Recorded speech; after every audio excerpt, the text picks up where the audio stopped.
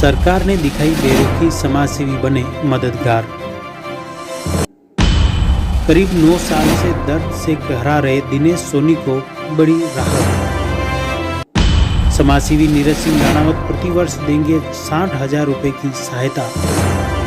The Maruti Nandan grand, Nathdwara स्थित एकमात्र ultra luxurious 5 star hotel.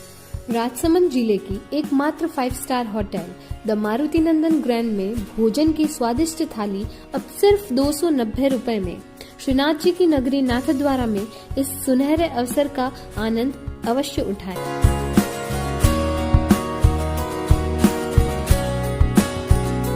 Maruti नंदन grand, think Nathdwara, think नंदन grand. Rajsamand जिले के आमेट निवासी एक युवक को करंट का लगा, राम के बाद राज भी उससे रूठ गया। ऐसे ही करीब 9 साल से नारकीय जिंदगी जीने को मजबूर हैं एक व्यक्ति, जिसके जीवन में समाजसेवी मसीहा बनकर सामने आया है, जिससे पीड़ित को अब इलाज के लिए नई उम्मीद की किरण जगी हैं।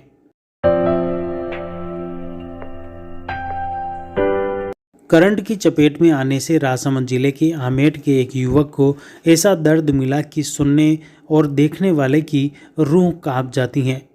तरुणाई में हुए इस हादसे को गुजरे 8 साल 8 माह हो गया, लेकिन एक भी दिन बिना उम्मीद के नहीं गुजरा। राज्य सरकार इस हादसे और नारकीय जीवन पर अपनी बेरुखी दिखाई है।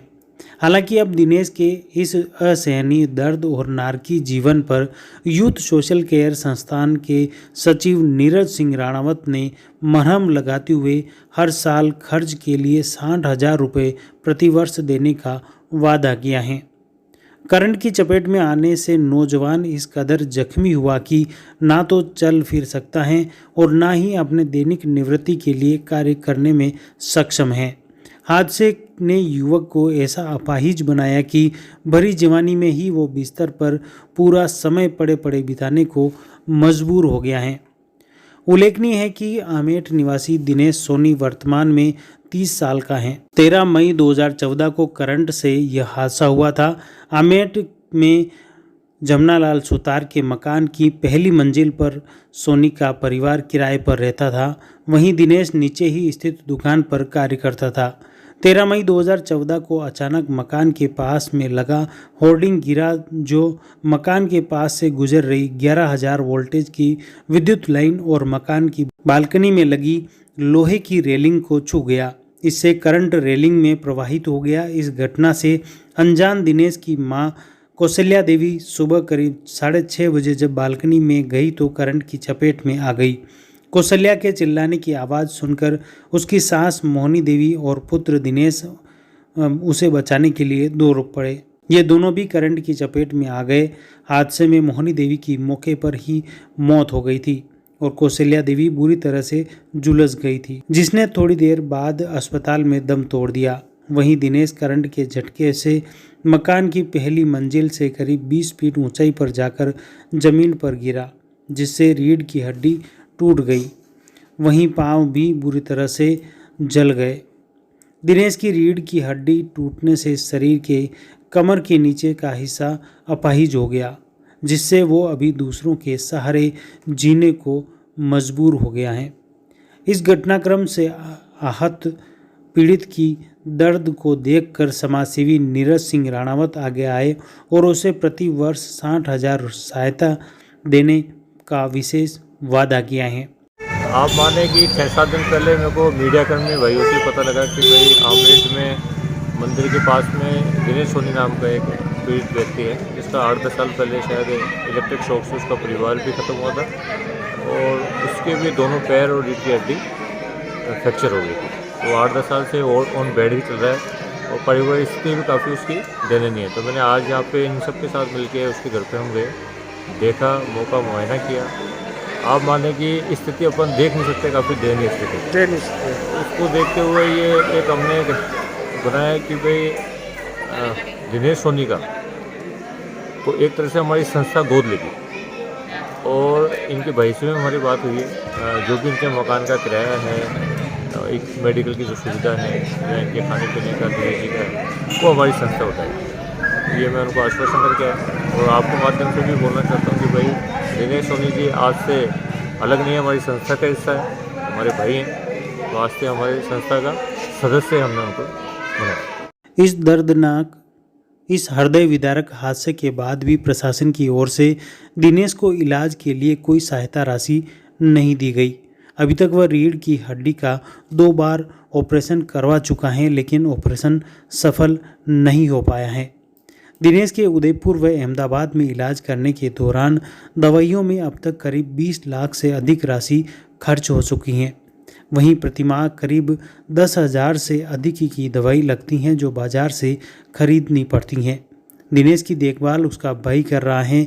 गरीब परिवार के पास आय का कोई बड़ा माध्यम नहीं है जिससे गंभीर आर्थिक संकट में उसे उबार सके। दिनेश द्वारा अपनी पीड़ा को प्रधानमंत्री को पत्र लिखकर इस हादसे की जानकारी देते हुए एम्स में निःशुल्क इलाज कराने की भावनात्मक अपील की। इस पर प्रधानमंत्री मोदी ने दिनेश की फाइल अखिल भारतीय आयुर्विज्ञान संस्थान एम्स नई दिल्ली को भेज दी। एम्स की ओर से दिनेश को जांच के लिए बुलाया गया। चलने फिरने में असमर्थ दिनेश भाड़े की गाड़ी लेकर दिल्ली गया। 20 जून 2017 को सारी जांचें होने के बाद न्यूरोसर्जन डॉक्टर सचिन अली बोरकर ने दिनेश का इलाज होने में असमर्थता व्यक्त कर दी। वहीं जिला अस्पताल में रिहेपेटलाइजेशन करने की सलाह दी। एम्स में भी इलाज नहीं होने से दिनेश पूरी तरह से टूट गया। अब दिनेश को जीवन के शेष दिन काटने के लिए सरकारी सहायता ही अंतिम सहारा रह गई हैं। दिनेश को परिवार आर्थिक रूप से काफ़ी कमज़ोर हैं, वहीं इसके इलाज में कर्ज भी काफ़ी हो रहा है। दिनेश ने प्रधानमंत्री व मुख्यमंत्री से जीवन भर गुजारा भत्ता, दवा खर्च व नौकरी देने की मांग उठाई है, जिससे उसके आगे के दिन खाट पर पड़े तो कटे, लेकिन जीवन के लिए आवश्यक ज़रूरतें भी पूरी हो सकें। अब देखिए पीड़ित दिनेश सोनी का क्या कुछ कहना है। मेरा नाम दिनेश है। मेरे एक 2014 में मतलब 8 साल 8 महीने हो गए मेरे। वहाँ पे लाइट विभाग के कारण मतलब मम्मी और दादी के करंट आ गया। मैं भी उनको छुड़वाने के लिए गया था। वहाँ पे क्या हुआ कि वो लाइट विभाग को छुड़ाने मम्मी और दादी तो एक्सपायर हो गए। मैं वहाँ से 2 मंजिल से नीचे गिर गया और जो मेरी रीढ़ की हड्डी टूट गई और नीचे का आधा शरीर जल गया और रीढ़ की हड्डी टूटने से मैं पूरा पैरालाइज हो गया। अब मेरे ये हो रहा है कि मेरी जितनी मदद मेरे भाई तो करता ही है, जितनी इससे हो सके उतनी ही से कर पा रहा है, क्योंकि उसके भी फैमिली है। एक भाई तो अलग रहता है, एक भाई के साथ मेरे को रख रखा है। आपकी जनों की मदद से मेरे कुछ हो पाए, इसलिए मैं आपसे सबसे कलेक्टर और सबसे मैंने गुहार लगाई। उससे मेरे अभी तक तो कोई मदद नहीं की थी।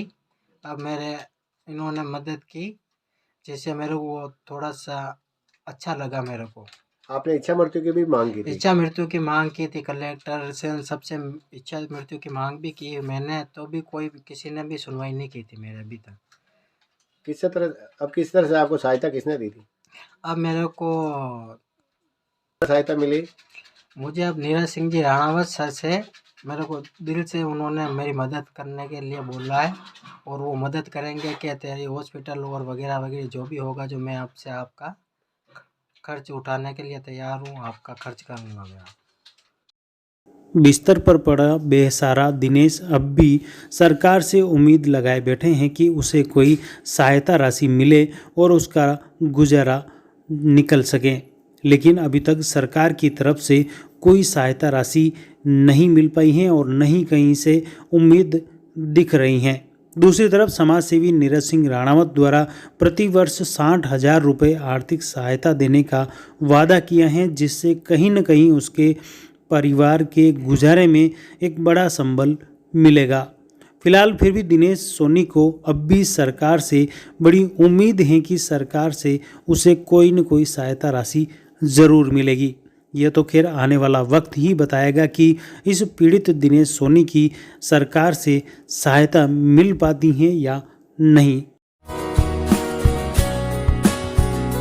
मारुति नंदन ग्रैंड, थिंक नाथ द्वारा, थिंक नंदन ग्रैंड।